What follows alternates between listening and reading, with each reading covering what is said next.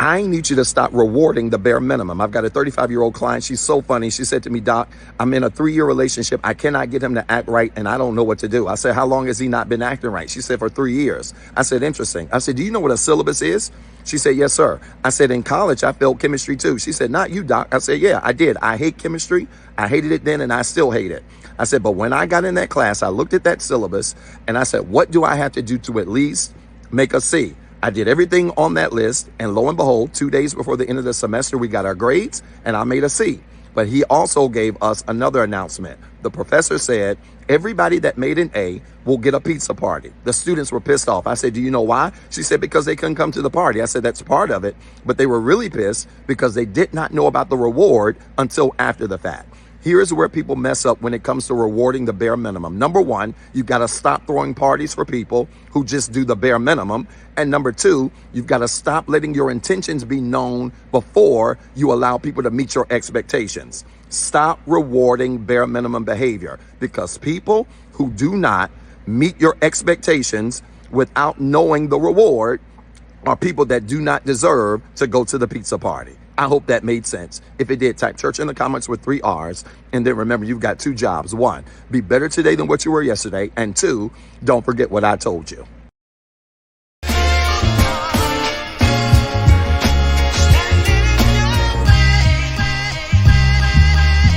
Now I will never be your hater, I'm your biggest fan. I hope it falls into place just how you planned it. Life could put you in a pickle, just make sure it's kosher. Lean on me like Bill Withers until you smell the roses. What's happening, fam? L.A.R. movement still moving. Subscribe or die trying. You see the thumbnail. More importantly, you see the clip. Google the book so you can find it on Amazon. We got to talk about this in this way. Y'all got to stop doing this. Don't call yourself doctor. Don't say you're working in anything and then say, I got a client. Because either you're dumb, because now you're breaking the confidentiality agreement just for, you can say, clout on one end, or for to teach others, but and two,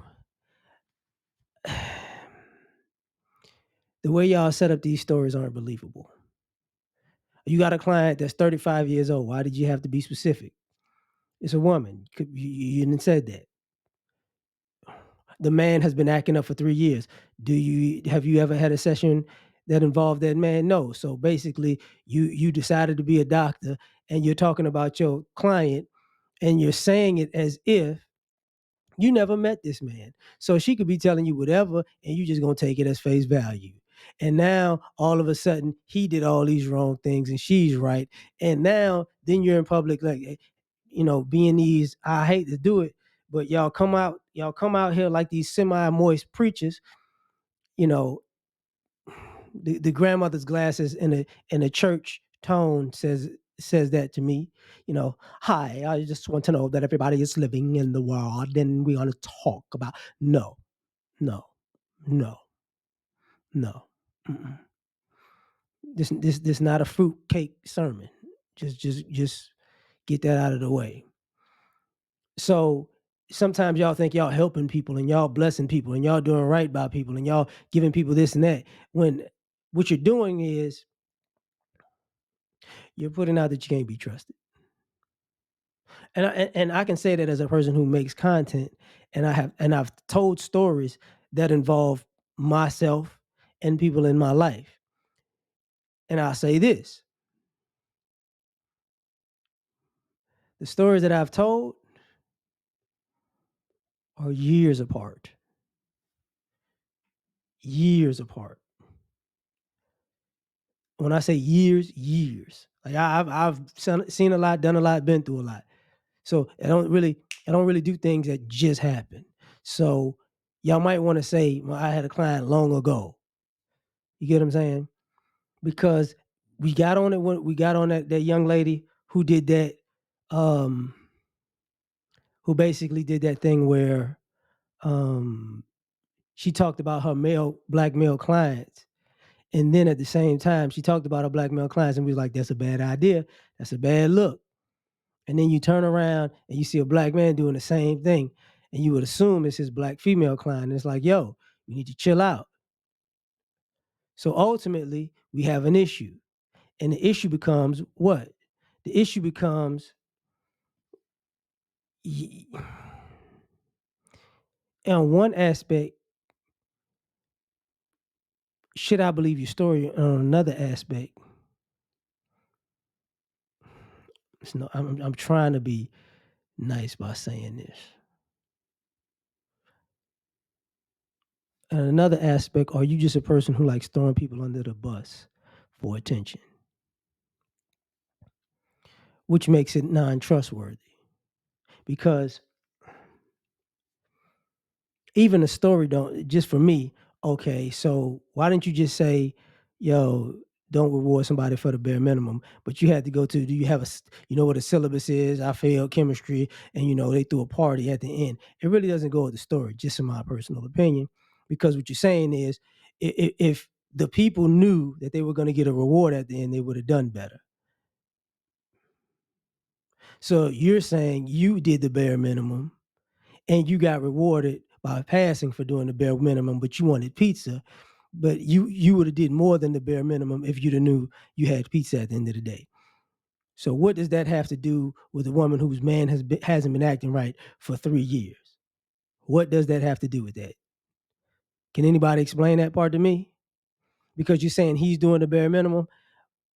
And the reason I say earlier, it sounds like you never talk to these guys, is because this happens in quote unquote therapy a lot, or these people in clients a lot. Somebody goes to a therapist and they talk about a person over and over and over again, and those people don't necessarily come together. They're not there together. So you're talking about your quote unquote problems, and your problem happens to be a person, and now some other person is saying what they think the problem is in a situation where they only know half of the story, and now they're over here prophesying like a preacher about